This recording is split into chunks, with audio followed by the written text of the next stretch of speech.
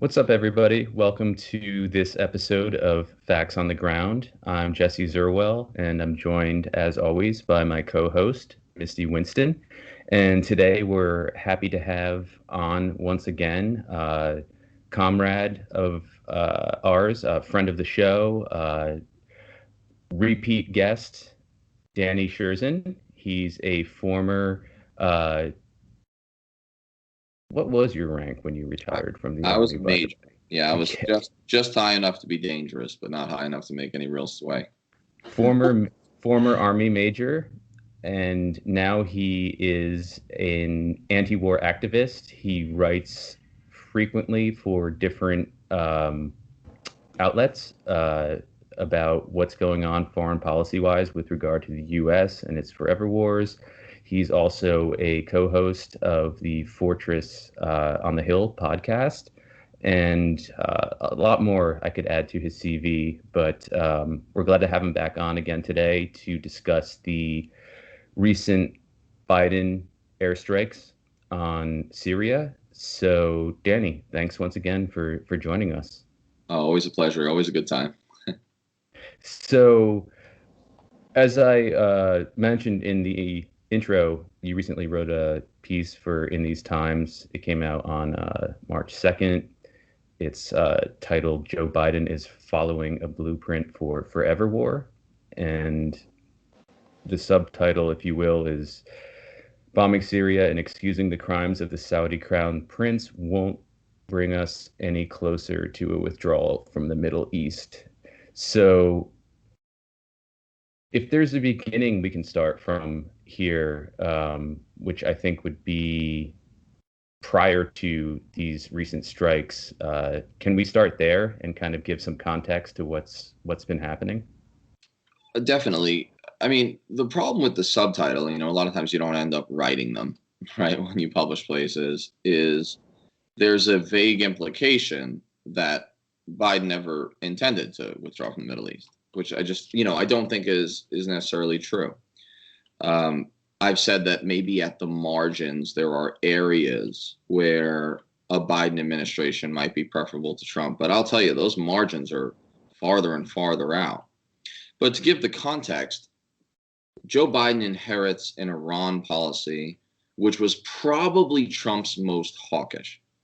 Okay, so you can get cancel cultured for saying this, but Trump's foreign policy was a nightmare, but he didn't actually start a whole bunch of new wars. He just didn't, right? He escalated bombing in certain places. But if there was one area where I was to say Trump was most kind of off the rails, it was with Iran.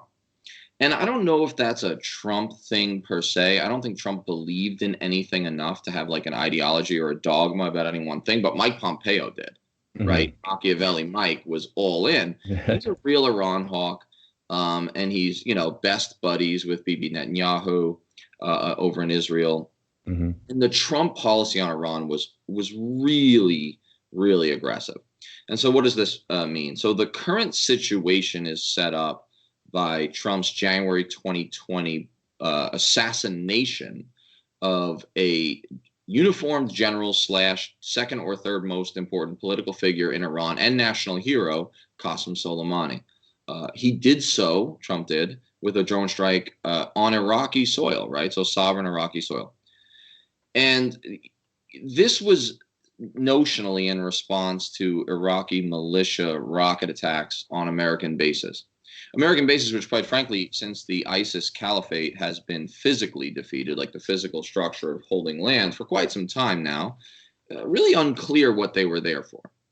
And so Trump's position was we have to be aggressive, we have to be tough, we have to be Trumpian, Pompeian, right?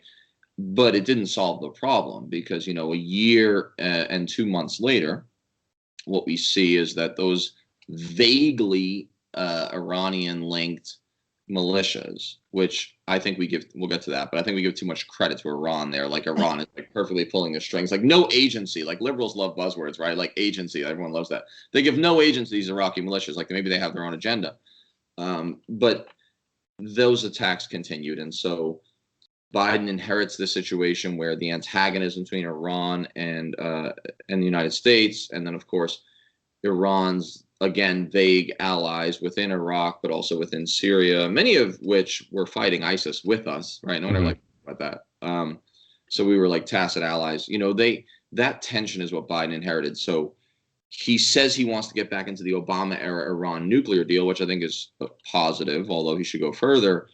And this complicates it because those militias kept firing missiles at our bases, and in the process, and we'll get into this later, but in the process, they killed a contractor, an American, Hmm. not even an American contractor, a South African employee of an American defense contractor. Okay, Mm. so an American, and then wounded some American troops and contractors. And so, in response to that, Biden did what the playbook or the worn out, tired script says you do, which is you show toughness because you're a Democrat, and so he bombs Syria, right? So it's like, Hmm. and no one questions how weird that is, but he bombed militia sites in a third country, right? Like a third party. So like you get in a bar fight or something, and like someone insults you, and like you punch like some random dude or something. It's not as Yeah. simple as all that, but there's something to it. And I think that's what the article is about, is that nexus between Iran, Iraq, Syria, and why it's so misunderstood, and why Biden's response is it's ludicrous. I mean, it's not even meant to achieve anything.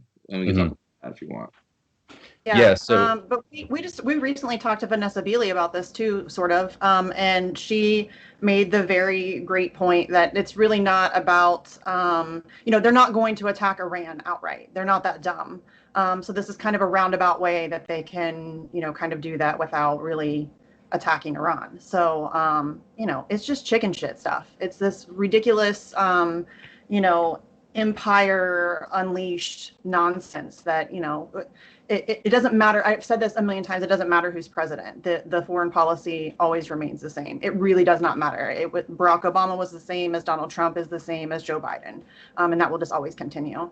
But yeah, I did want to dive in a little bit to how they claim that these were Iranian backed militias. I think it was Politico did an article where they said, I think it was in the headline that it was Iranian-backed militias, and then in the article, like 5 paragraphs down, it's like, but we don't actually know if it was Iranian-backed militias. Hmm. So, can you talk a little bit about that and how that is Yeah. often used to manufacture consent for stuff like this? That's the key word in every single article. It's not just Politico. It's every single article has to mention this, like Iranian backed, and they very rarely put allegedly there. They very rarely delve into what does that mean. Hmm. Seems kind of important. We went to war over it. We just went to war over it. Like bombing and killing people in a sovereign nation is war. It's an act of war.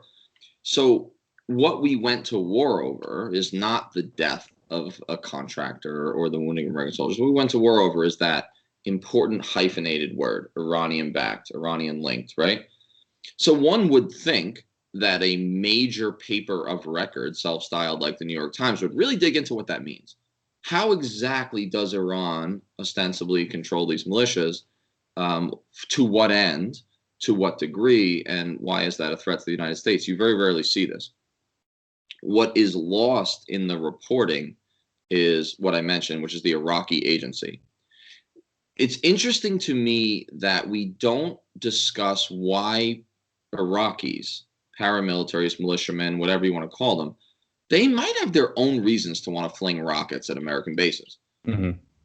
Some of those reasons might include that we're in our 18th year of occupation there, we're about to be, that our illegal and immoral invasion led to the deaths of at least 1 million Iraqis, and that they're still there. And they're not showing any American troops, and not showing any sign of leaving. And there's more contractors than troops, right?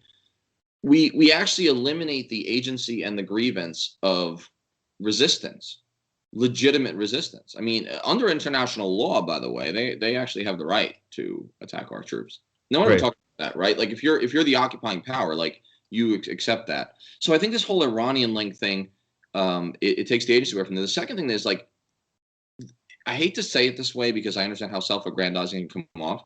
No one writing at the New York Times knows anything about Iraq or Iran. I know that's a bold statement, but like very few do. And what they Hmm. don't know is they don't know the intricacies of intra-Shia politics in Iraq, right? Hmm. So the Shia are about 60% of the Iraq population. They're the power brokers now because they're the plurality. Not all Iraqi Shia love Iran just because they're both Shia. Right. Okay, it doesn't work that way, and it never did. Some of them see Iran as benefactors and as sort of patrons. Some of the more extreme Shia elements within Iraq actually went to Iran during the Iran-Iraq War from 1980 to 88, of course, when America was backing Saddam Hussein. Right now, that fun period, when we were sending Donald Rumsfeld to shake hands with Saddam Hussein. In the year I was born, 1983. Yeah, right. Same. Yeah. Great year. Iran invasion, Lebanon, a lot of terrible things happened. But The Outsiders film came out with the Brat Pack, so that's like the silver lining. But, it's a total misunderstanding of Iraqi Shia politics to think that they're a monolith. And I swear, I do not understand how one can maintain a job at the Washington Post and still write articles that imply that if you are Shia and Iraqi, you must like Iran.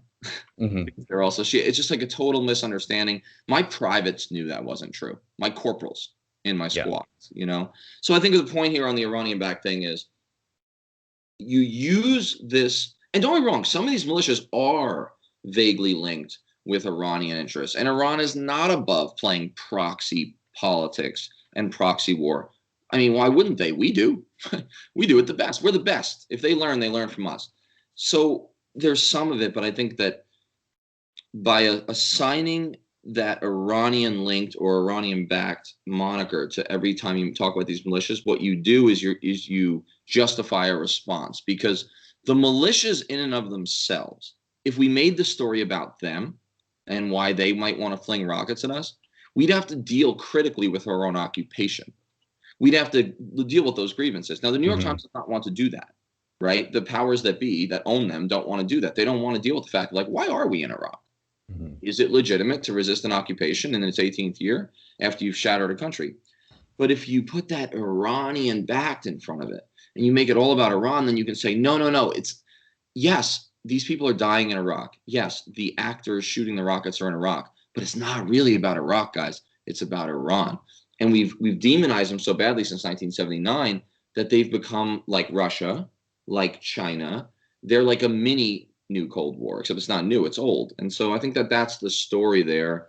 We've seen this before. There's a lot of reporting, last point, there's a lot of reporting, especially in the last 2 years, and like in the Trump era, like 2018, 19.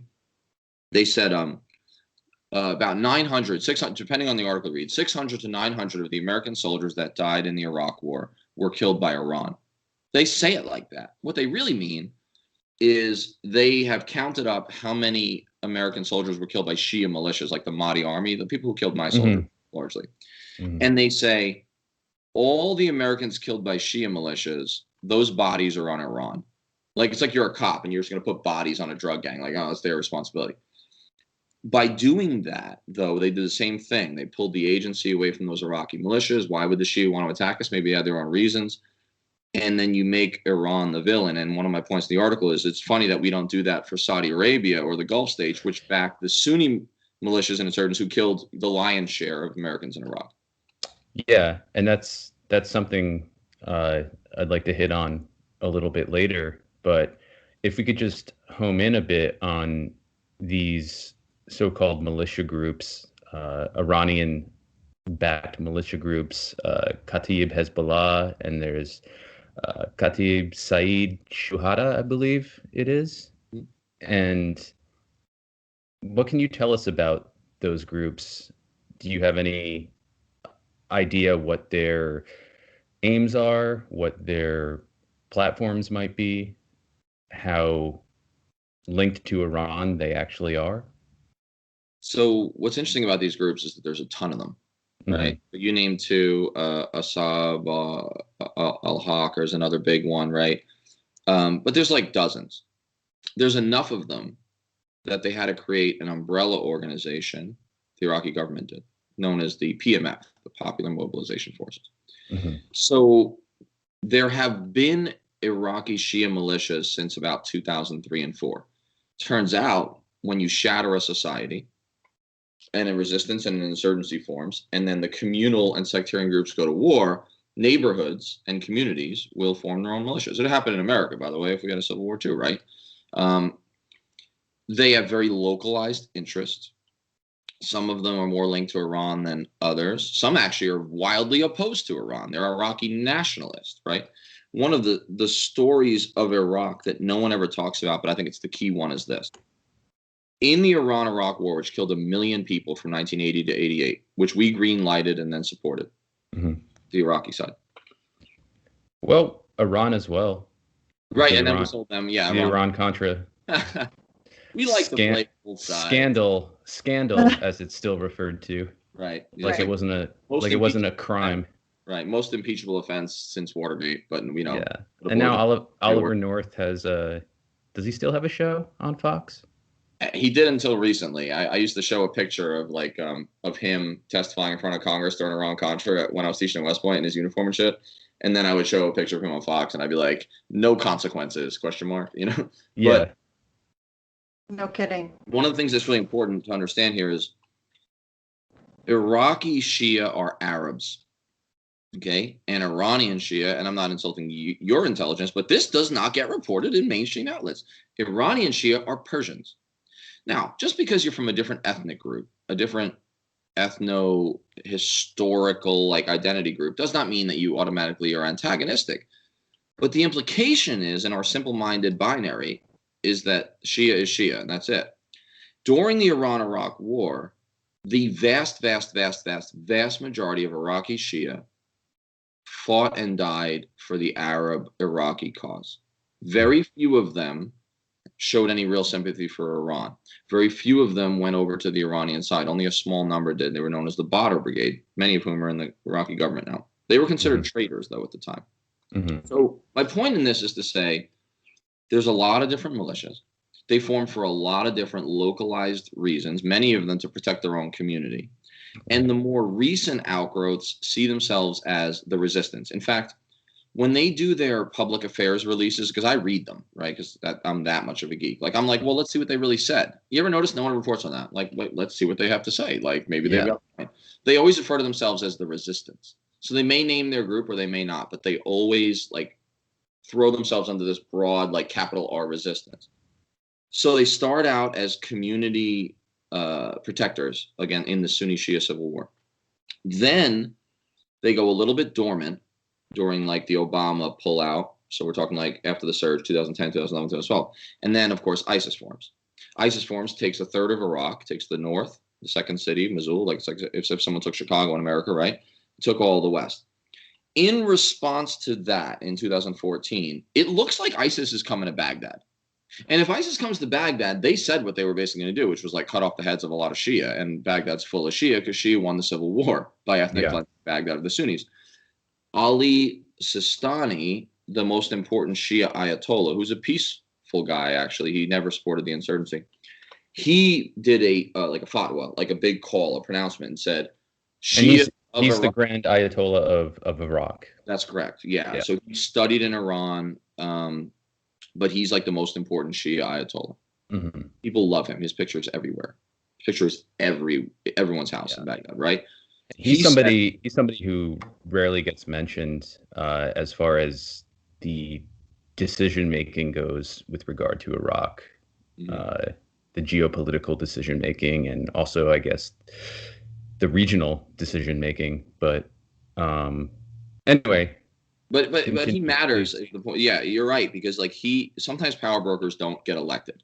Sometimes they don't hold official government positions. In our country, but especially in some others. And so he does this call and he says, Iraqi Shia men, leave your jobs and join the militia and go fight ISIS and protect your families from extinction, because it looked that bad for a minute. Mm-hmm. When that happened, there was no existing formula to pull them into the Iraqi army. The Iraqi army couldn't absorb them all.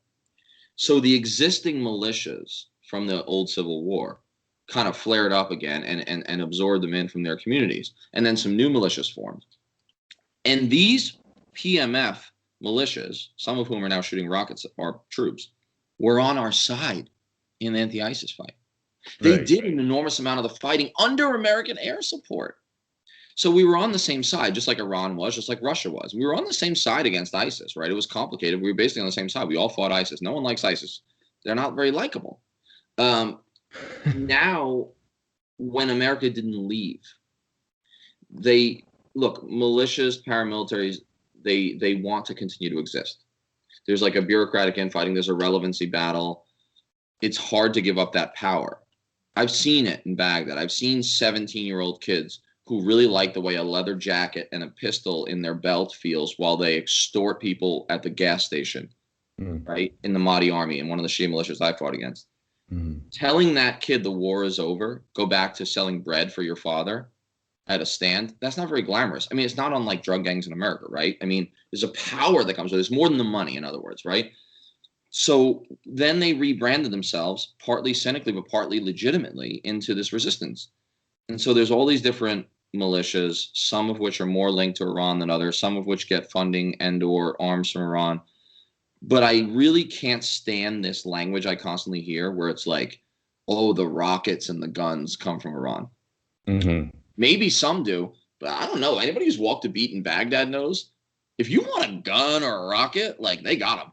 It's like, I mean, they're you know what I mean? It's everywhere. There's a country awash in weapons. So the idea that these groups couldn't or wouldn't attack American interests and soldiers without Iran's shipments of weapons is a total misunderstanding of what Iraq is. But again, like I said, the people who write for the New York Times don't know anything about Iraq. So why should we? Yeah, and the gall such accusers have to so viciously target Iran when they probably don't even have the historical perspective to know that it was an Anglo-American operation that overthrew Mossadegh in 1953. And there were two brothers, I believe, two Iranian brothers. I think they were known as the Rashidi brothers, if I'm not mistaken, who were sort of the Iranian proxies for helping to overthrow the Mohammad Mossadegh, who was a democratically elected leader of Iran in 1953. And apparently there are still some weapons that were buried in the desert for the I don't know if you call them revolutionaries, but the people who were involved with overthrowing Mossadegh. Apparently there are still weapons caches out there that were never dug up, but the gall of these New York Times writers, for example, to just demonize Iran in the most unsourced and gratuitous ways when Anglo-American operations have been just trying to basically destroy Iran since at least 1953. It's Well, let's be real about it's the New York beyond it's Times beyond and the ironic. Washington Post. Yeah, well, they're not journalists. It's CIA propaganda. I mean, this is, deep state military industrial complex propaganda. That's what the New York Times and the Washington Post and CNN and Fox News, that's what they all do. It's the same thing. You were talking earlier about how, we don't need to encourage them to attack us. We're occupying their country. It's the same thing with Bountygate. They did the same bullshit with Bountygate. That Russia was paying Afghanistan to target U.S. soldiers. Russia doesn't have to pay somebody. Afghanistan has every right to be pissed off and attack our soldiers. We've been occupying their country for, almost 20 years. So yeah, it's the same MO, and it's the same, the media. I keep coming back to this, and it's partially because I'm a free press, free speech activist, but the media in this country is unbelievably dangerous. It is 100% state-sponsored propaganda, in my opinion. So, I mean, I think that's where you have to kind of take it. Every article that's written about Iranian-backed militias should do the following. If we really believed in a balanced, I don't think any journalism is balanced. I think we should be honest about that we have an angle, right? We should all be honest with that. But I think the idea of objectivity is a lie and very dangerous. But let's assume we were going to try to do that. Every single article should say the following. It should say, allegedly Iranian-backed militias, and then there should be a paragraph under that shows that we really don't know. It's very complicated how tied they are. And then under that, it should say what their motivation is. It should say And of course, all of this unfolds in a context whereby the United States has waged proxy and actual war against Iran since 1979, and arguably since 1953 or 1945, 46, when the Russians and Americans and British basically partitioned the country during World War II. Mm-hmm. And it should all be laid out that way, and not necessarily to say Iran is right. They are, by the way. Like, I mean, it's pretty objective. Like, we've been in the wrong mostly, but I mean, how many of the writers at the New York Times know that during the Reagan administration, we sunk the Iranian Navy? Mm-hmm. Like the whole thing. Like we sunk it. We just sunk it. Like it was the Spanish-American War. We didn't like something they were doing in the Persian Gulf during the oil tanker war, and so we just sunk their Navy. Or now, how many of them know that the U.S. shot down a civilian airliner, an Iranian civilian airliner, and killed everybody on board, almost 300 people? And George H.W. Bush said, "I will never apologize for my country." Yeah. Yeah. Yeah. And he's the good Bush, remember? And he is comparably, like, right? I mean, every time you hear about George H.W. Bush, it's like if you want someone to just fawn, if you want to hear a Democrat fawn over a Republican, just like bring up George H.W. Bush, and like Michelle Obama will get like teary-eyed, be like, he was so good. Yeah. It's like, no, he definitely invaded Panama illegally, though. Like, there was a lot of stuff, right? Yeah. So, yeah, I think that's an important point, though. I mean, we shot down their airliner, wouldn't apologize for it. We waged a proxy war, and then we sunk their Navy. We continue to sanction their people. We've waged war on these people for no real cause. I mean, we think we have a reason, and yet that angle is never there in these articles. It's just like, how dare they shoot rockets at us? Mm-hmm. No context. They don't like context. They don't like backstory. They'd probably say it's because their editors really like tight word counts, but I reject that. Yeah, I agree with that rejection. I think that if you're an honest journalist, you're going to approach it from the angle we're approaching, which is not to say that we're always right, but I know that we're right here. And it's, if you look at the evidence that's been presented, you'll see why I'm so confident in that. I don't even know if it's really about being right either. It's just about giving people the information, the full picture, not just giving them what you want them to know. That's what I mean by right. Like, not that we have the absolute truth, but we're trying to that's why people who work at the New York Times work at the New York Times. It's like Noam Chomsky says, if you didn't hold that opinion, you wouldn't be in this position. It's not necessarily that they're dishonest actors, although there are some of them that are absolutely dishonest actors and know that they are paid propagandists. But some of them are, like, they genuinely hold those beliefs, or they've been propagandized to hold those beliefs, and that's why they have those jobs. And that's why our media is broken. And if they step outside the lines, even if they're vindicated later, like Bob Scheer or Chris Hedges, yes, you know, the LA Times and the New York Times respectively, even with Pulitzer Prizes under their belt in the case of Chris, you're gone. You're gone. Totally vindicated later, by the way. Yeah. It turned out that the New York Times was a propaganda mouthpiece for the Bush administration on the war, right? Judith Miller, right? It's like more than that, but that, like, do you think they came back and were like, hey, Chris, sorry about that. You were right all. You want your job back? Like, that's not how that game works. And so that's the point you're making. And I think it's, look, you got to be careful about these things, because, like, you always have to be careful about how you're viewed. And I'm, like, my biggest skeptic, believe it or not. Like, I'll say sometimes, like, there's a reason that I don't just get solicited all the time for, like, the New York Times. You know what I mean? There's a reason I'm in the LA Times 4 times, and I've pitched 25. You know, and only been in the New York Times, like, for a video op-ed that was sponsored by somebody else. I mean, there's a reason they don't want. Maybe I'm not a good enough writer also, but I doubt that's the only problem, because I've read their stuff. It's like you're a good enough writer. More than good enough. The discipline is who gets invited. They don't have to always suppress you. They don't have to always fire you. They don't always have to, like, attack you or imprison you. Part of the discipline of controlling the narrative is you just don't get a seat at the table. Just don't get invited. And they can come up with a million reasons why. But in the process, what we do is we get rid of alternative voices. And so that's why alternative media has sucked up people like Chris Hedges and stuff. And oh, by the way, that's why we all know each other. Like Yeah. that's why I sat on Chris's porch in Princeton and bullshitted with him, because we know each other because we both ended up at Truth Dig, because there's like a small number of people in that space, right? Same reason, like, and I'm just name dropping around now, but like Ray McGovern sent me a line the other day about one of my articles. He liked that Iraq article that I did for Antiwar, the one before this one. Like, I didn't even know he had my email. I mean, I guess you could find it on my website, but like, I was like, geez, man, like, why is he not writing in the New York Times right now? You know what I mean? Whether you love the guy or don't, like, voices like that who give the I critical. love Grandpa Ray. We Yeah, call him Grandpa Ray on the Vigil. We love him. right. He's great. But yeah, we all end up in the same places, right? We all end up in the same places, making $200 a column. You know what I mean? Like, that's the business, and it's a shame because too many Americans are still watching CNN and opening the New York Times at brunch and being like, I'm a great citizen right now. It's like, you're not, though, bud.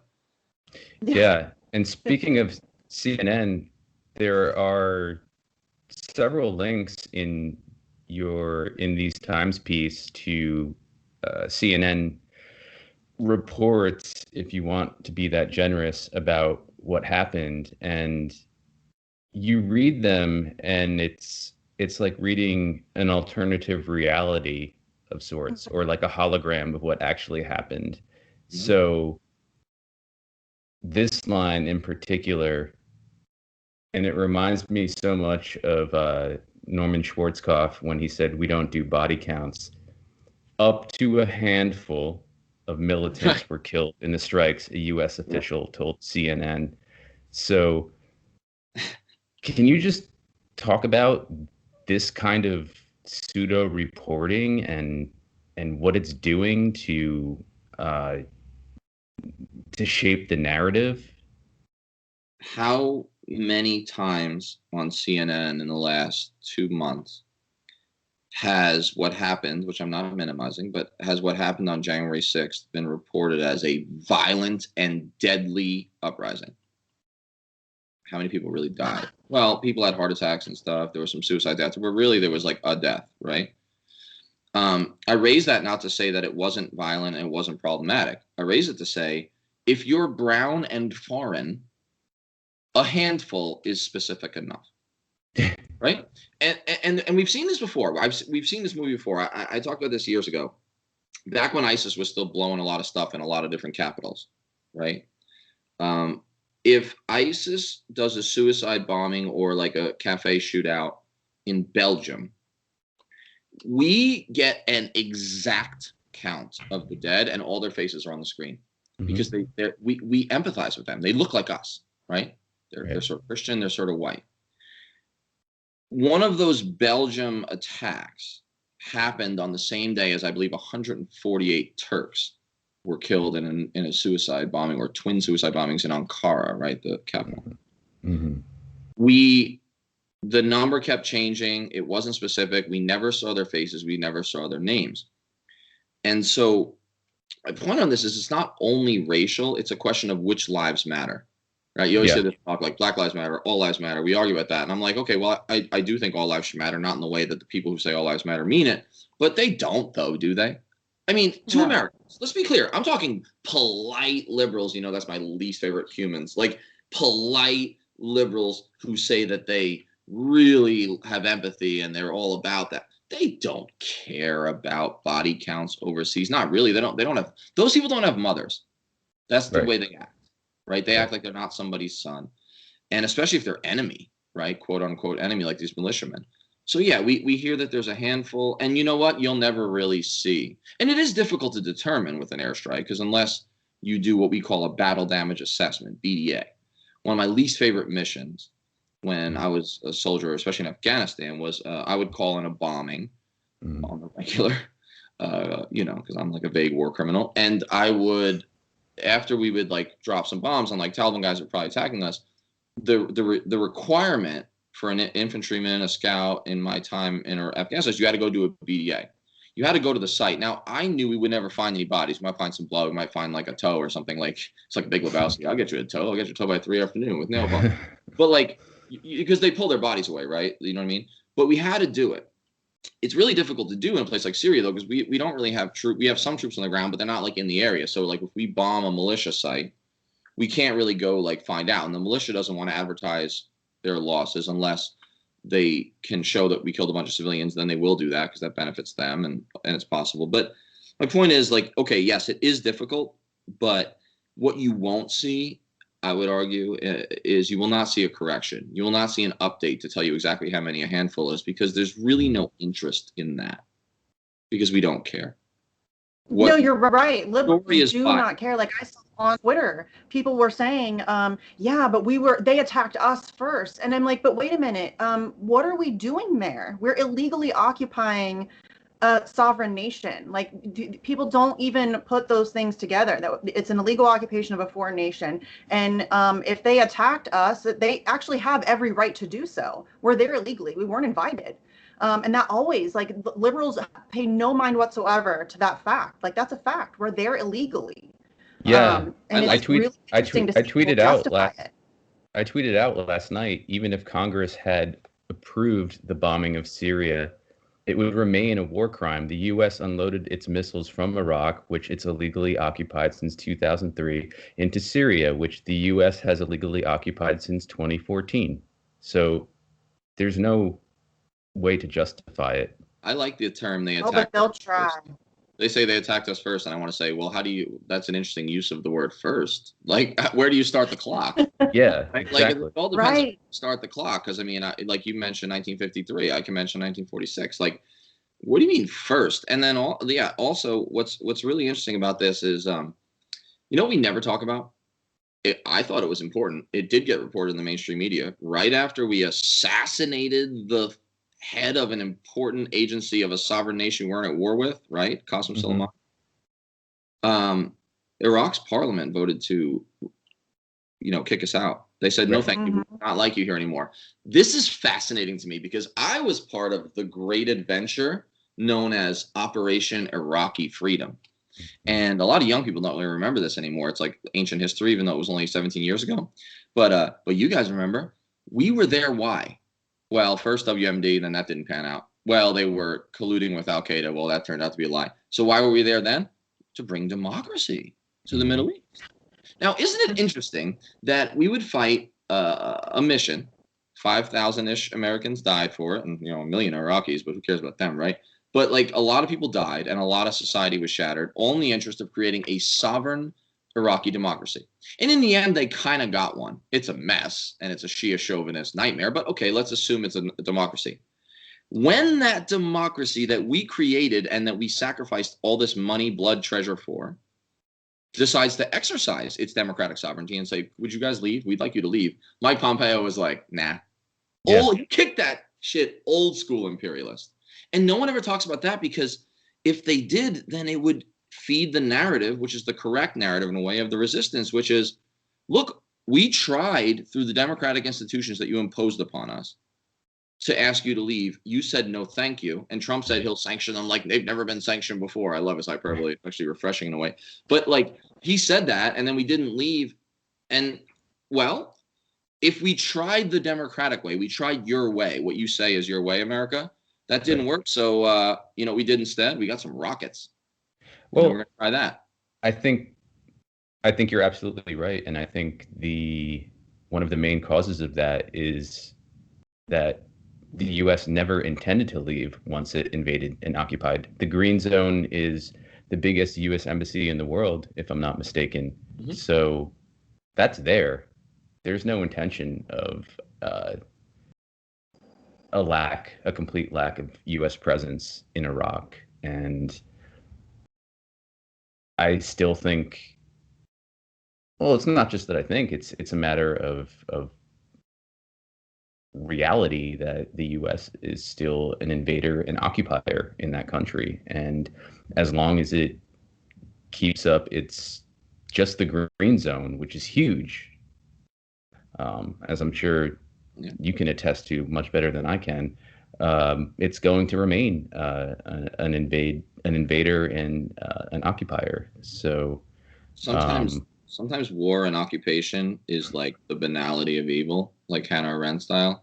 Yeah. A little anecdote: when Sergeant DeJane, one of my buck sergeants, team leaders, was shot and paralyzed in the spine on December 14th, 2006, the next day I was able to catch a ride to visit him in the CASH, the Combat Support Hospital in the Green Zone, and before he flew to Germany. We weren't sure if we were going to live at this point, Mm. and we got there right after the general came in and like pinned a Purple Heart on his. He was unconscious. I mean, he never spoke or whatever. He was like purposely put under. But we got to sit there with him and like hold his hand and stuff. And there was a couple things that jumped out at me that I think are relevant to this story. Number one, I felt like I was through the looking glass in like some absurd environment. Now, I was still literally dirty. I had not yet showered from the mission before. It was a pretty big fight that day on December 14th. This is December 15th. I'm gross. Like, I'm gross. I'm disgusting. I'm wearing a dirty uniform. And there are like beautiful, not that that matters, but it kind of does for like the perception of like a 23-year-old boy, lieutenant. There are like these beautiful, like State Department-ish women like jogging and like little shorts and like contractors in the pool. And I was able to get McDonald's. Mm-hmm. I mean, it was a bizarre world. And what that showed me is, oh, this is permanent. This is permanent. Like, this is not a fleeting, right? Like, we moved in. Like we brought all our stuff. You know what I mean? Yeah. It's like, we're like the girlfriend who like leaves her things to make sure there's a second date, but we leave like $1 billion and like, dozens of acres worth of shit in your country. And we're like, hey, we're just going to maybe stay. Like, Yeah. And the second thing is the room next to DJ's, Sergeant DeJane. There was a wounded guy there who was a British mercenary, a British security contractor. Visiting him, I talked to them in the hallway and smoked some cigarettes with them outside. Nice guys, mercenaries, total monsters, but nice guys. Life's complicated, right? Was a Canadian and a South African mercenary who worked for the same company, and their buddy had been shot the day before. It was the room next door.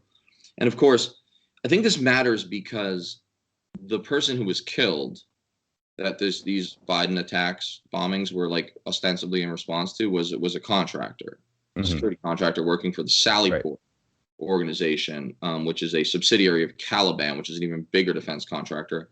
And what they were defending, what they were securing on the base in Erbil in Kurdistan in northern Iraq was the main Iraqi air base there, which is where the F-16 program is, which is funded by Lockheed.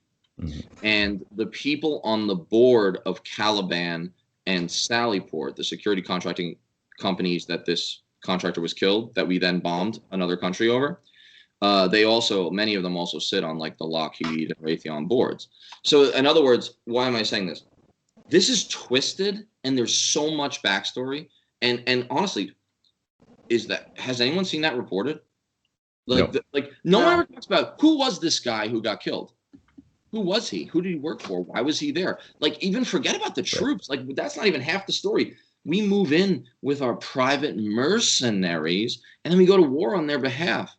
And it's bizarre. It's bizarro world. It's as bizarre as those State Department women in their shorts running and the mercenary next door that I smoke cigarettes with. Like, it's that bizarre. And I tell these anecdotes because I'm like, maybe if I personalize it, people will give a shit. They won't, but they might.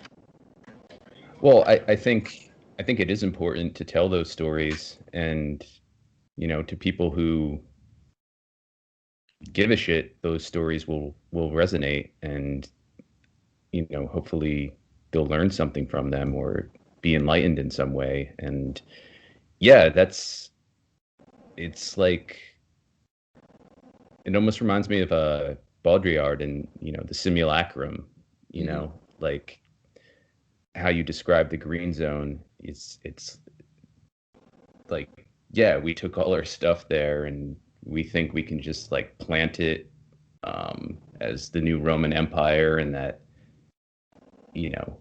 American life will go on here in Baghdad as it does back in the US. And it's not. It won't. And it's always been an illusion, a simulacrum, if you will. And it's been going on for so long now, and it's been unraveling for so long now. It's still hard to believe that it still exists. And so that's just an observation on my part. But one of the things I want to talk about too, with regard to what's been happening, is the lack of chastising, if you will, with regard to Saudi Arabia and the murder of Khashoggi, and how Saudi Arabia is basically also allowed to get away with leading a genocide in Yemen, and we hear nothing about that. We hear just about Iran as the boogeyman. So those two things happen in like the same 2-day span. The attacks, the rocket attacks on our base, and the Biden response, the bombing of Syria, and the Biden decision not to hold MBS, right? Crown Prince Mohammed bin Salman. Like, if you get an acronym as a Crown Prince, like, watch out, you've been murdering some people. You know what I mean? Like, the thing. Like, in the UAE, they got one too. He's MBZ. Like, keep an eye on that. The acronyms matter. But like, that happened in the same week, the same days. And yet, there are stories about both in the New York Times and everywhere else. They're always reported separately. Yeah. Discreetly, as though they're separate things, but they're not separate things. They're not separate things because the war on Iran is, in part, kind of an American response to what is like a broader regional Cold War between the Sunni autocrats that we back. By that, I mean the Gulf states, UAE and Saudi Arabia, but also Egypt, right? Another autocracy, just they have a general in charge instead of theocrats. And then Israel, right? The most cynical beast of all. And I see the BDS behind you, Jesse, like, most cynical beast of all, right? Like, we will ally ourselves with a society, Saudi Arabia, that's still on the books and in practice beheads women for sorcery. Yeah, and you can find the videos online. Yeah. There are people who surreptitiously film these. Mm-hmm. You're obviously not allowed to film these every Friday beheadings, but people do, and a lot of people have the idea of someone getting their head chopped off with a sword as how it appears in films, right? But when you actually see it, the head comes off and the heart's still beating, and blood is still coming out of the neck, or what's left of the neck of the headless body. It's horrific. And to imagine that we ally ourselves with, I'm not talking about the Saudi people, I'm talking about a government, a regime that does that to its citizens, is disgusting. Yeah, they have a morality police that walks around the streets and like whips women for, like, you know, if you ever hear why we're still in Afghanistan, they'll say, well, it's about women's rights. We got to make sure that the Taliban morality police doesn't come back. And I'm like, wait, we fund the morality police in several states. Like, I don't, like, you know what I mean? Like, so, you know, we decide not to hold. Look, Khashoggi worked with the Washington Post, lived in the United States, very westernized. He's been sort of canonized in a way. I think he's actually a much more complex figure than that. But, like, he didn't deserve to be dismembered mafia style, like the Banana family and Donnie Brasco. Like, that's like, no, that's like what happened. The Saudi government, on the orders based on our intelligence assessments, which are flawed, but like, they didn't want to find that. They would have liked, that's how one of the ways, you know, it's how you like study the New Testament too. Like, did Jesus really say this? Like, one of the ways is like, if it doesn't make sense, like if that's not what they want him to say, then like a lot of scholars say he probably did. So like, our intelligence operatives would have really liked to have found out that MBS wasn't behind it, because that complicates our relationship. Right. But the fact that they did tells me he was, right? And a million other things tell me he was. MBS, a crown prince, first of all, the last like absolute monarchy on the planet is an American ally. Mm-hmm. It's Louis the 14th, the Sun King, but with a keffiyeh. Like, you know what I mean? Like, that's Saudi Arabia. And no one ever talks about that. Not really. And a finely curated beard. Right. and if they won't stand up for one of their own, I mean Khashoggi, an insider, Washington establishment, mainstream journalist, what hope do the real victims who are Saudi or the Yemeni children Right. that are being bombed, what hope do they really have? You know what I mean? Because like the outrage culture gets outraged about certain things, and like if you really want to upset somebody who reads the New Yorker every week, like kill an American journalist, like someone who looks like them and that they, you know what I mean, like that they can relate to. Yemeni Yeah. babe is very distant, right? Hmm. So the fact that we don't hold them accountable and then we demonize Iran interests me in a number of ways. Now, Iran's not a perfect society at all. They hang people from cranes and stuff. Like, I'm not into it. Like, I'm just decidedly against capital punishment, no matter whom is doing it, right? Yeah. But I know this: Iran is one of the more vibrant political societies for the region. Doesn't mean that they are a good, you know what I mean? Doesn't mean they're a good democracy, but they for the region they're very vibrant. And you know who the most safe, you know, the safest place to live if you're Jewish is in the Middle East, besides Israel?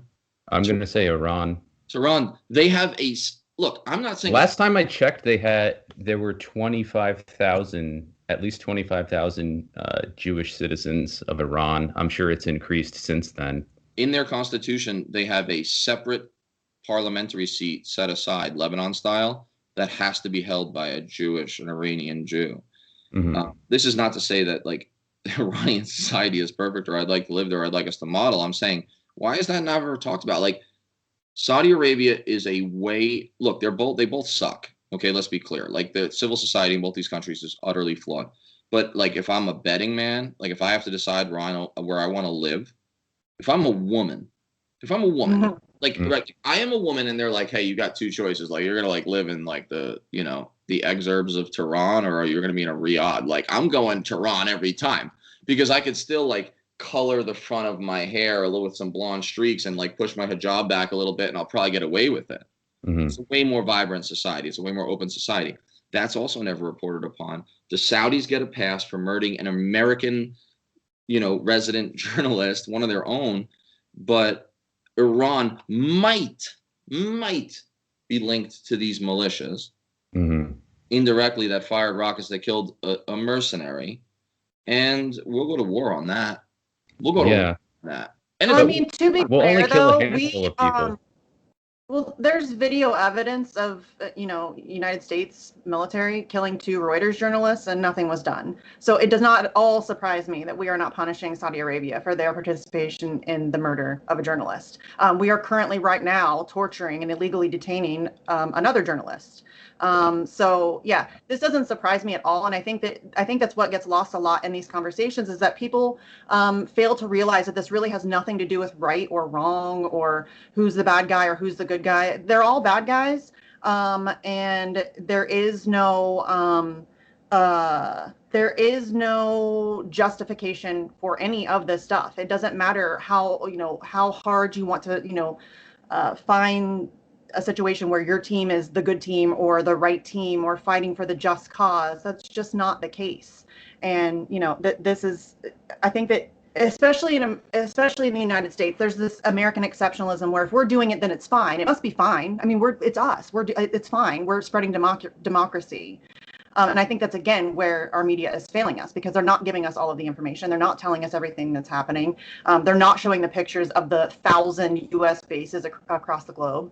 And, a lot of that stuff's getting lost let's play Yeah. in the conversation. real quick. I'm sorry.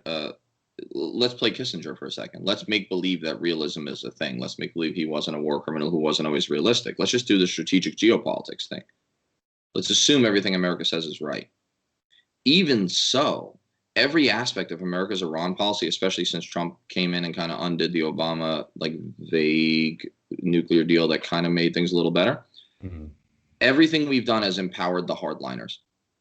Everything we've done has made the Iranian people rally around the flag of their government that they otherwise abhor, because there's actually a vibrant resistance in Iran like that doesn't like their government. Because when you wage war on us entire society through sanctions and assassinations and demonizing and just your rhetoric, then the people get like nationalistic. People are touchy about that kind of thing. And so what we Yeah. ended up Well, doing is we've ended it's why up Hamas power. was voted into power in 2006. But we Absolutely. just talked to Vanessa Beeley about this, and she said that, it's not necessarily that the people of Syria like absolutely adore Assad, Right. but that they don't want to become Libya. They don't want to become another tool of empire. They don't want to be another, little so it's this and you're right, it's this whole thing where you're attacking a sovereign nation, and of course they're going to become more nationalistic, of course they're going to become defensive and want to fight back against that. I mean, that's obvious, and it's the same mo over and over and over again, and we can't get people to recognize that this is what always happens all the time. Yeah. I wrote years I don't ago, think United States of product counterproductivity, and it was just all about our foreign policy. I was just gonna say I think I'm cribbing this, but I totally agree with it that every politician should be forced to watch the Battle of Algiers. Hmm. And maybe that would change something about the current state of American imperialism, but I don't know. I think our media should But be forced to show the ramifications of war. I think that the people should absolutely. know what we're doing. They should know, they should have to see it for themselves what this policy, what this foreign policy results in. You should be confronted with it. You should have to, and you can't make an informed decision without the information. I mean, Julian Assange talks about that all the time. You have to start from truth. If you don't start from truth, you can't make good decisions. And so when the American public is lied to repeatedly and propagandized and misinformed, and it's this constant just ignorance that just keeps propagating these horrible foreign policies. And it is by design, but it really is just this horrible cycle that I don't know how to break out of. I don't know how we can get people to start recognizing what's happening to them and what's being done in their name, really. Well, Rachel Maddow, if you're listening, and I can start you off with like the pictures on my hard drive if you guys, if you want. After we have our debate that I've challenged her to that she doesn't listen to. Yeah. I mean, no, really. I mean, I think it's really important to show the ramifications of this, and I think that one of the reasons that I will always tack in the direction of the Assange, Snowden, Mannings of the world is because, like, I think that the value of transparency and the value of like something close to full knowledge, or at least reasonable amount of knowledge, is, I'll say something radical. I think it's important enough to risk sources and methods, which it doesn't, right? I mean, anytime the U.S. government, put someone on trial for any sort of espionage act, they always say the reason they have to do that is because, like Assange put sources and methods at risk, meaning like CIA agents and sources and the way we do intelligence. And then they can never actually provide details. And trust me, if they had them, they'd give them. Like if they had a smoking gun to like demonize this dude, they would. They'd have nothing. They've admitted to it in court that they have nothing on that. Right? They have to admit it under like, because sometimes like a judge will be like, okay, show us what you got. They call like it's like a poker game. They're like, call, and they're like, oh, yep, I definitely only have a deuces. Like, it's a real thing. But even if it was true that it I mean, this is really radical stuff, but I think I'm on something here. Like, even if it did endanger like a limited number of sources and methods, which it doesn't, I would probably still tack in that direction and say, yeah, but how many more people will die if we operate in the shadows of knowledge, right? And because that's how you get Iraq. And I know 1 million people died in that war, at least. And why should we place primacy on sources and methods? This abstract concept, which apparently has people behind it, but has no connection to our lives whatsoever. These sources and methods aren't protecting us. That's not what they're out there doing. So quite the opposite, usually. I mean, that's usually the case. Our foreign policy doesn't keep us safe. Our foreign policy does. I mean, it's the complete opposite. Julian Assange is not putting any of those people at risk. They're putting themselves at risk by taking that job and doing what they do. It's their decision. Nobody's holding a gun to their head and forcing them to do it. Or and maybe that's how it happens. I don't know, but I used to tell myself, don't participate in war crimes. There shouldn't be a problem. Yeah. So yeah, you're right though. Like they constantly try to, and I absolutely 100% agree with you. I would still support whistleblowers and publishers who expose those people. I don't care. To me, it seems like the risk-reward ratio there is overwhelming. I would much rather know the truth about what's happening, be able to expose war crimes, deal with that accordingly, which we never do. The only people who have ever been punished for the war crimes that were exposed by Chelsea Manning and Julian Assange are Chelsea Manning and Julian Assange. So it's this ridiculous thing where we live in this cartoonish world where war criminals get to go dance on Ellen and the people that expose them go to prison and are tortured. So right. Yeah, they get the front row seat at John McCain's funeral, which is like a reunion party for the bipartisan duopoly. Yeah. God. Yeah. But I did also want to talk to you too, because we talked about sort of the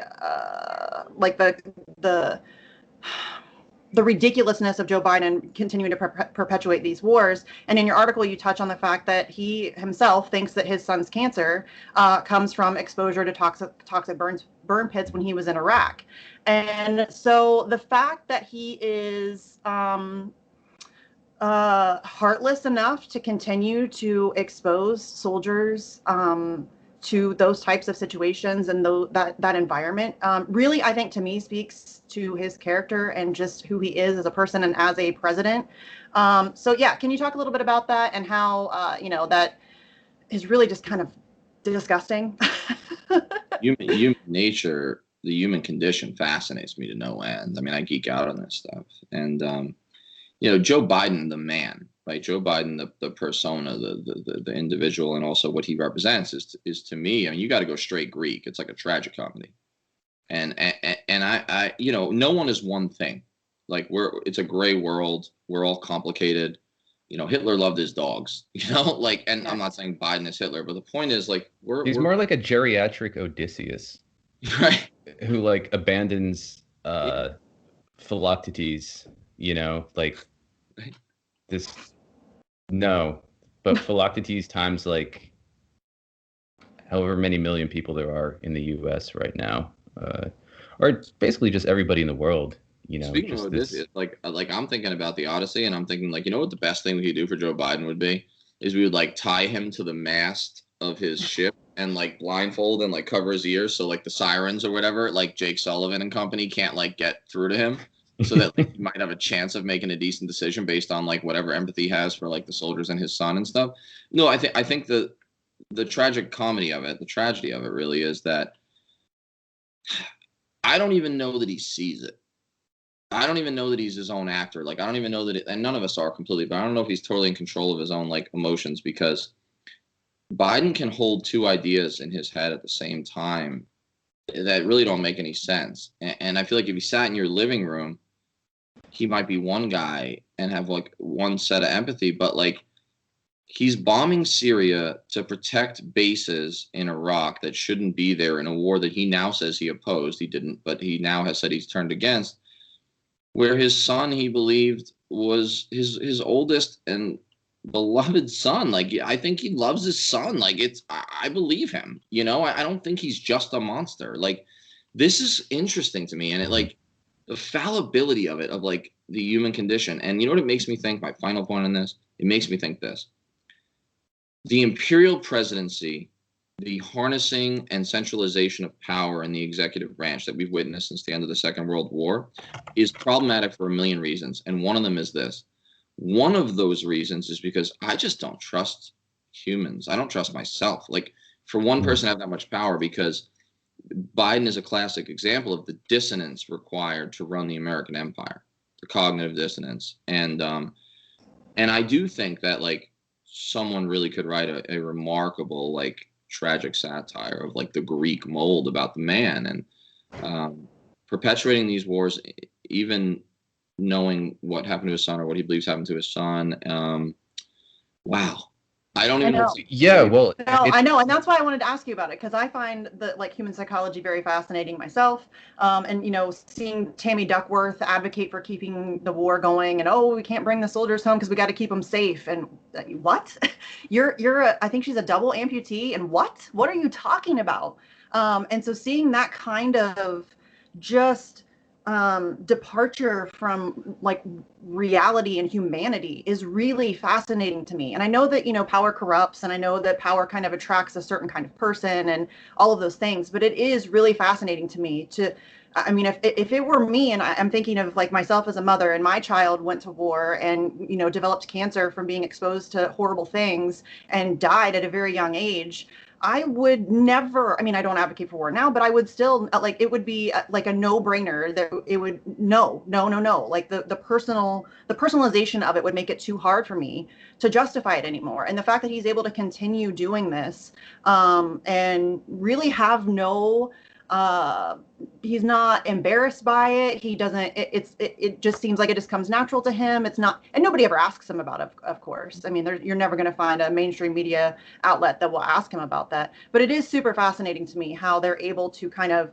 strip away, humanity and just, Yeah, continue this make ridiculousness. they've essentially turned war into another administrative function.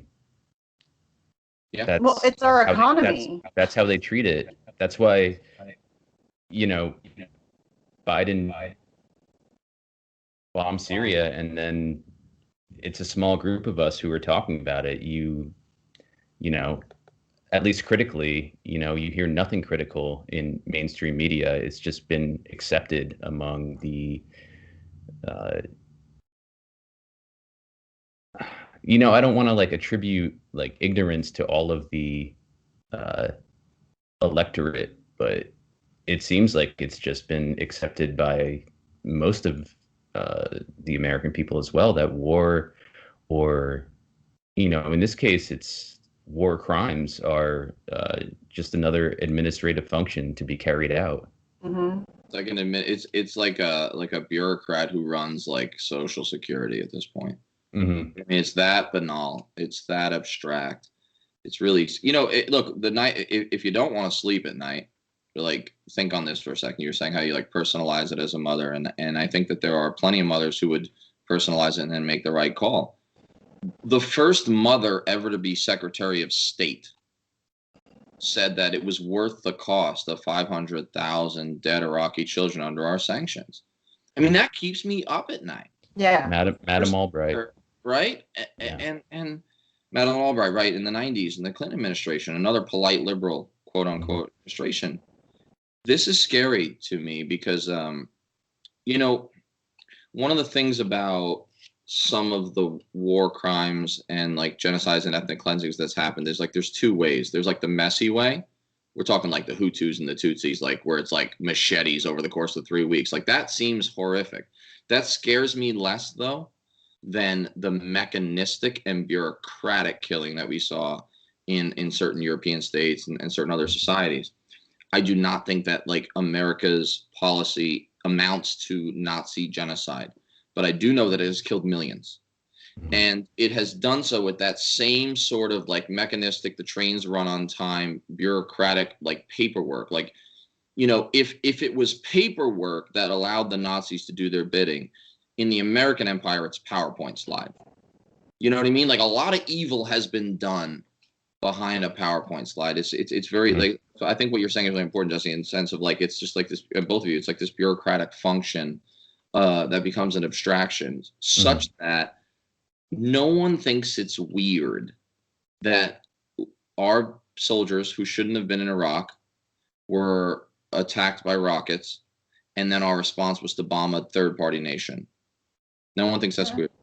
It's normalized. It's become normalized. And again, it's because we don't get to see the ramifications of war anymore. They learned that lesson after Vietnam. You don't get to see the body bags or the coffins coming out. You don't get to see any of those things. So wars become, like you said, a very abstract thing. It's not something that they're faced with.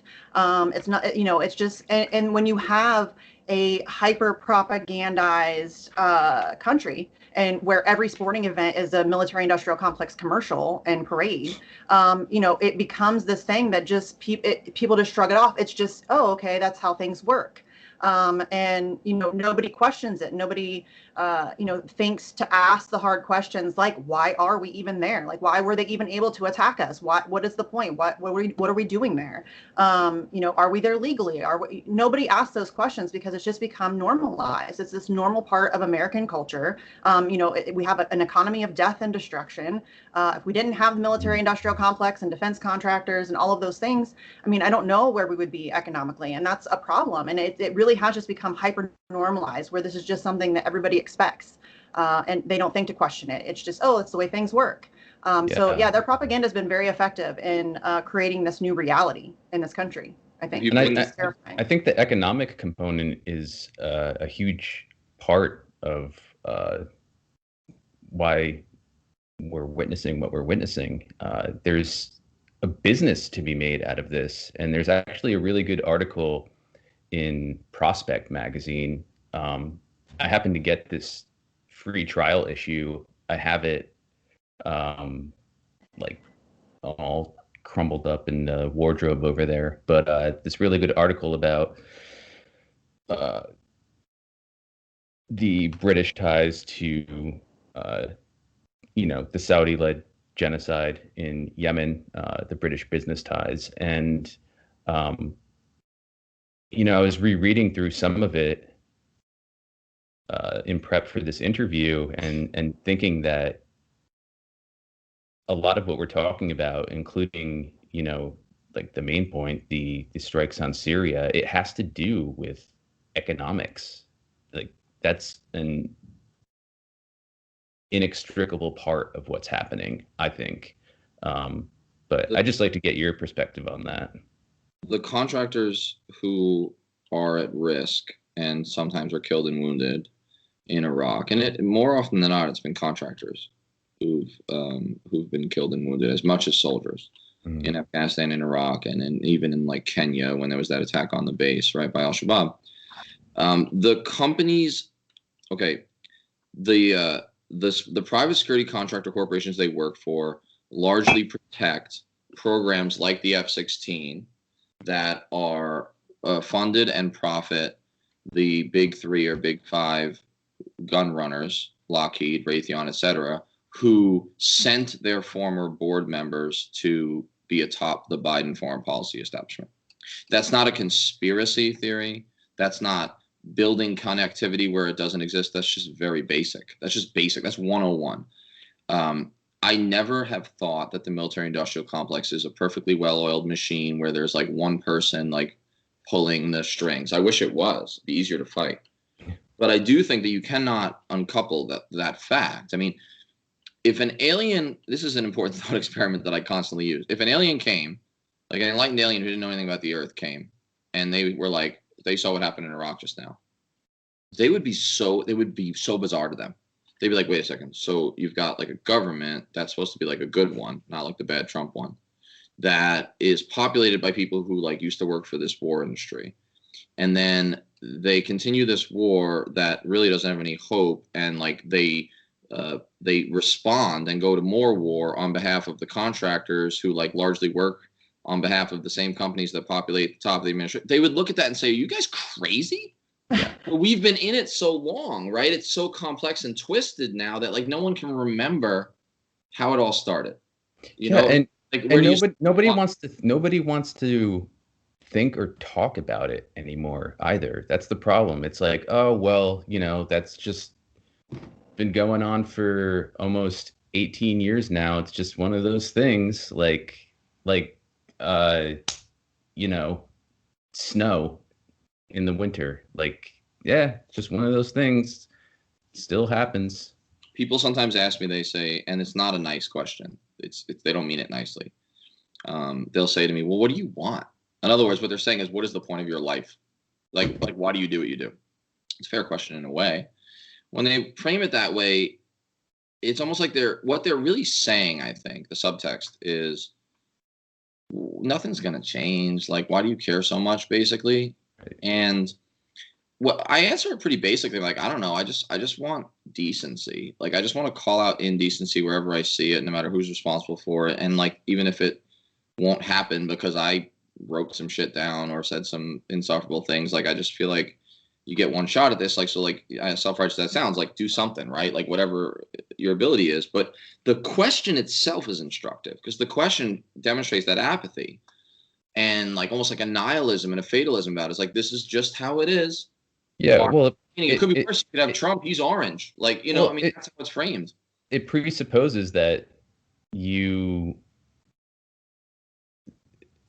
or sort of pre-rejects the idea that we don't make our own meanings in life, which is exactly what we do. There's no Mm-hmm. overall meaning to life, at least as Right. far as I know. Well, and But Julian Assange also, I know I quote him all the time, and I'm going to paraphrase here because I don't know it right off the top of my head. But when you said, you know, it's like it's worth a fight, he says something like, you only have so many days. You're only given so many days in your life. And if you don't spend each day fighting, then you've lost a day. And so it's kind of this thing where if you understand, and I get it, like it is hard, and you're right, it's not like nothing's going to change just because I happen to like put a tweet out about Julian Assange or send a letter to Joe Biden or go to DC and protest.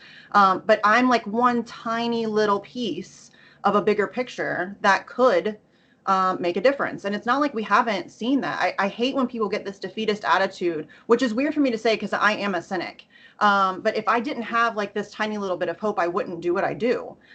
So I really hate the defeatist attitude of, oh, well, that's just how it is. And, I don't know why you're trying. We can never change it. Well, I'm going to try. I mean, I have to try. I have children. I would much rather they have a different environment to grow up in that isn't based on war, death, and destruction.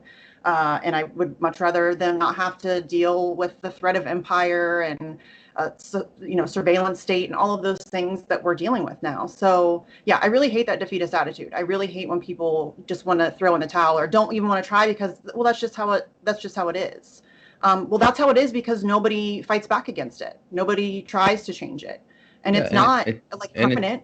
and it's usually people who are, at least in my experience, their lives aren't bad.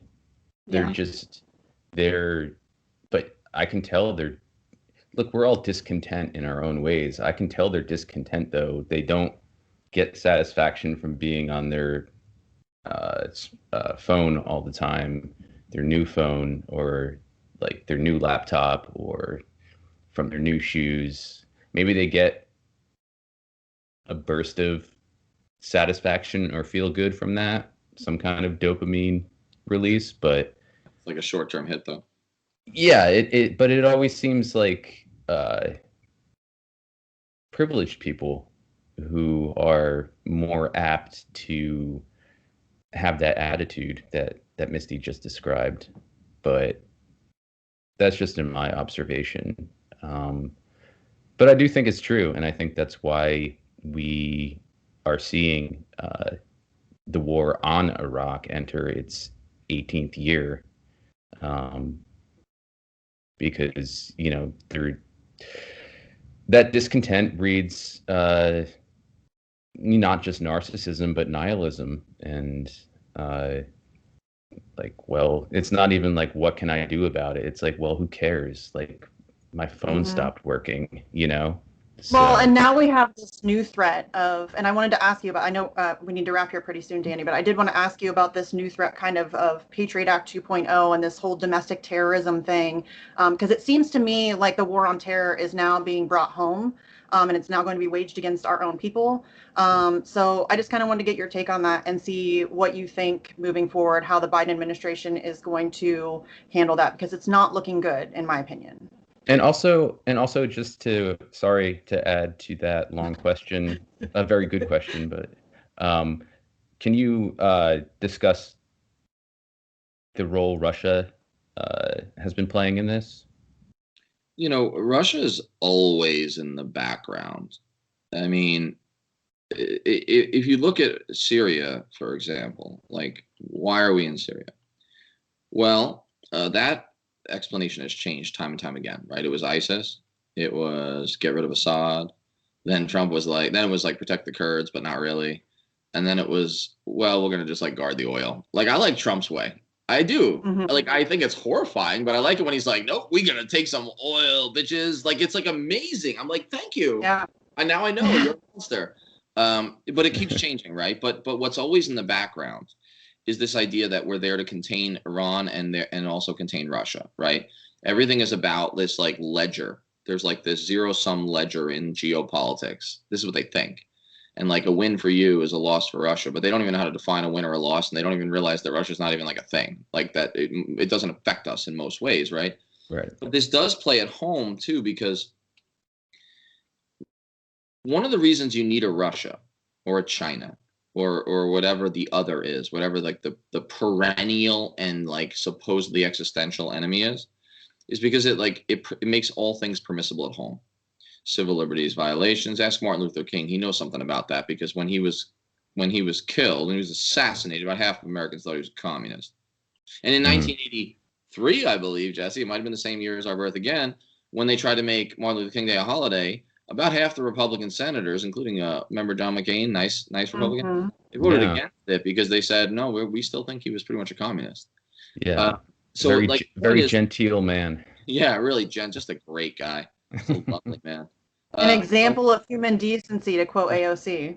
Yeah. So what that proves to me, though, is that they ought to be really careful, these liberals, quote unquote, about taking this counterinsurgency, war on terror rhetoric and policy and strategy and applying it at home against even what they think and maybe is some of the most abhorrent people. Because I read books for my sins.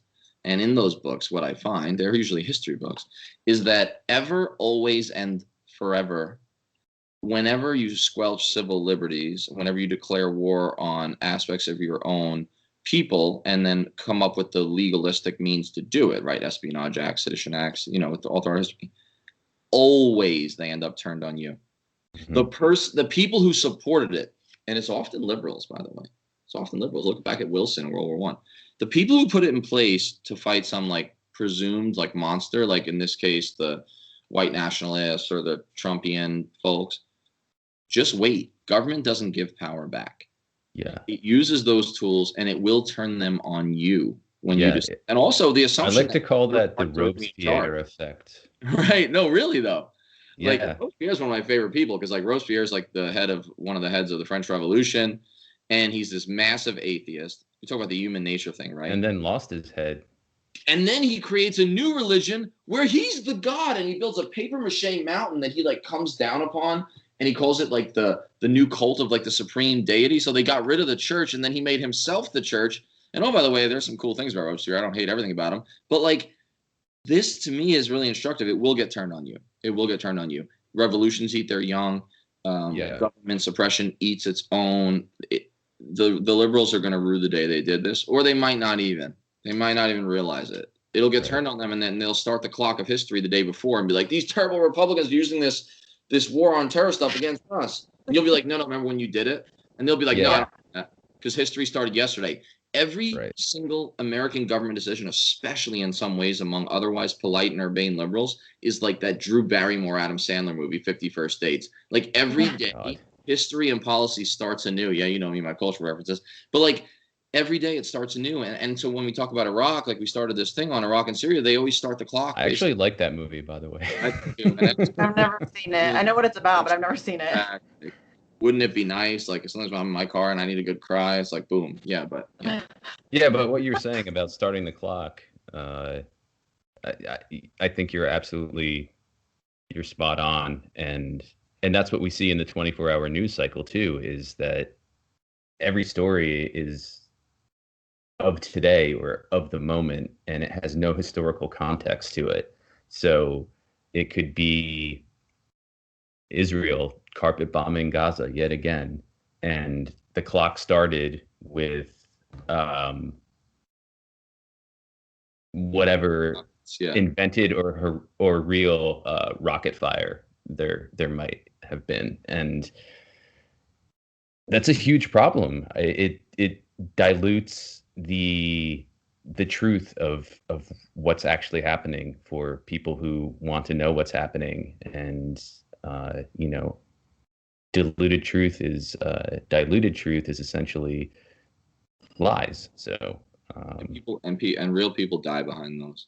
You know, like Yeah. that sounds so dramatic, but it's like what Misty was saying about Assange and stuff, and like truth and transparency, like the lack of it, the lack of context, starting every day like history began yesterday when you report these stories would be obscene in just like an intellectual and philosophical perspective, but it's a tragedy when people die behind that shit. Hmm. Really Mhm. do. And it's usually not Yeah. Americans. Sometimes it is. I mean, I an 18-year-old waitress at like the local tavern that's kind of like my spot came up to me maybe a month ago. This is so talking about the apathy thing, right? And I do have to roll over this, but like this is a smart and engaged woman who cares. She's a political science major. And she comes over to me and she says, I saw your car in the parking lot, which is like a rolling virtue signal of like all my causes, you know, like I'm just that person. I admit that. And she was like, I didn't know like people, some of the other waitresses here, they told me like you're like a writer, and then I looked you up and blah, blah, blah. And she was saying like in my political science class right now, we're talking about like the lead up to the Iraq war. And she said, it's so weird. I think she's 19 maybe or 18. She goes, I still don't understand why we did that. Like, and this is an engaged person who wants to care, who probably wants to like work in some way involved in these politics. It's not like it's just straight up apathetic or ignorant person. And it struck me that like people, young people in America who are like the next generation that are going to like live this, and not just young people, but the Iraq War is a mystery and it's forgotten. That invasion, which was like, you know, the great crime of American history, at least since Vietnam. Hmm. And all of that unfolded largely because of like the app. I mean, don't get me wrong, there was plenty of open source reporting that would have proved that it was all a lie, but it was fiddled with, and the information was kept from us, and it was twisted. And you know, to me, that's a cautionary tale for the ages. And what a tragedy it'd be if we've forgotten it. And yet, while Iraq resonates with me in a way that keeps me awake at night and can send me into a mental health spiral, even talking about it, it's gone to most people. Like Hmm. that never happened. 2003 may as well be the Battle of Thermopylae, right? Like it may Yeah. as well be BC Greek stuff, right? Like Right. Syrian Empire. It's ancient history, and I think that that is really, really, really dangerous. I swore to myself after I got back from Iraq that I would never trust my government on face value again on anything, and I don't think most people have made that decision. And Iraq is not the last reason to feel that way. You know, No. Yemen, Syria, Bounty Gate, right? There's been a million things since, a billion buzzwords that should resonate into the ages and make us never trust our government. And yet, when a polite guy gets in charge, presumably like Biden, it's like that's all forgotten. Yeah. Yeah. I say it all the time that people should always, your default position should be they're lying to me and start from there. I always tell people, how many times does your government get to lie to you before your sense of skepticism kicks in? I mean, it's not like we don't have historical reference for this, that they have repeatedly lied to us over and over and over again to start wars and do all number of horrible things. So people that take the government at face value or take the official narrative at face value are really doing themselves a disservice. And I realize that it's hard to like find actual information. You really do have to dig. It's not just provided to you. But if you want to be an informed citizen and really combat what's happening around you, you really need to educate yourself. But I think that's a good place to leave it. Yeah. I really appreciate you taking the time to talk to us again. We'd love to have you back on anytime. As always, the offer to come on is, open in perpetuity. So, yeah, our guest today has been Danny Sjursen. He's a retired Army major. He's an amazing writer. He writes for multiple different outlets. And also, you have the new Eisenhower Media Network. Is that right? Is That's I'm that right. raising my right? hand because I just want to make a shout out when you're done, Misty. Oh, okay. Yeah. Yeah. Yeah. So, yeah, So everybody check out the Eisenhower Media Network. Check out Dan. You want to tell everybody where they can find you on yeah, Twitter and find all of those yeah. places? So, I'm pretty easy to find. You know, Skeptical Vet is my Twitter and also my website, skepticalvet.com. And then if you Google Eisenhower Media Network, by the time this drops, our website should be up. And that's just a group of other anti-war veterans from like Vietnam generation all the way up to today who speak critically and are like vaguely similar to me, you know. And I look up to a lot of them. They include people like Larry Wilkerson, you know, who was Colin Powell's chief of staff. So it's a pretty diverse group. But yeah, so we're just trying to get more voices like that out there, hoping that their veteran credentials, even though I think it's obscene, that's what it takes, hoping that their veteran credentials will maybe like make them more amenable or their message more amenable. So that's what we're trying. I mean, it's an exciting project, but it's a you know, I don't want to say it's a long shot, but it's a tough game. It's a tough game to break into media. yeah, So definitely. Yeah, I just wanted to say thank you, as always, Danny, and also just give a quick mention that today, March 4th, is the first anniversary of my grandfather's death. And he was a Marine in World War II. He served on Iwo Jima and saw some pretty fucking gnarly stuff. So I'd like to dedicate, I think appropriately in a way, this episode to him. So I think that's Oh, nice. that's that. He was 94. wow. Yeah. Yeah. It's a, that whole generation is going or gone, and I don't know. I mean, I guess generations always pass, but there's something gets lost sometimes, and I think that's a, Yeah. and not for the And reasons Tom Brokaw says, not for all the greatest generation stuff, but for other things. yeah. Yeah, I think one 100%. one one of the things that sort of haunts me about him, because I never got to talk to him about it, is not just his broader experience in World War II, but we have his bayonet from when he was a soldier, and I wonder how many, if any, I'm sure it did, but like how many people did that stab? How many people did that kill?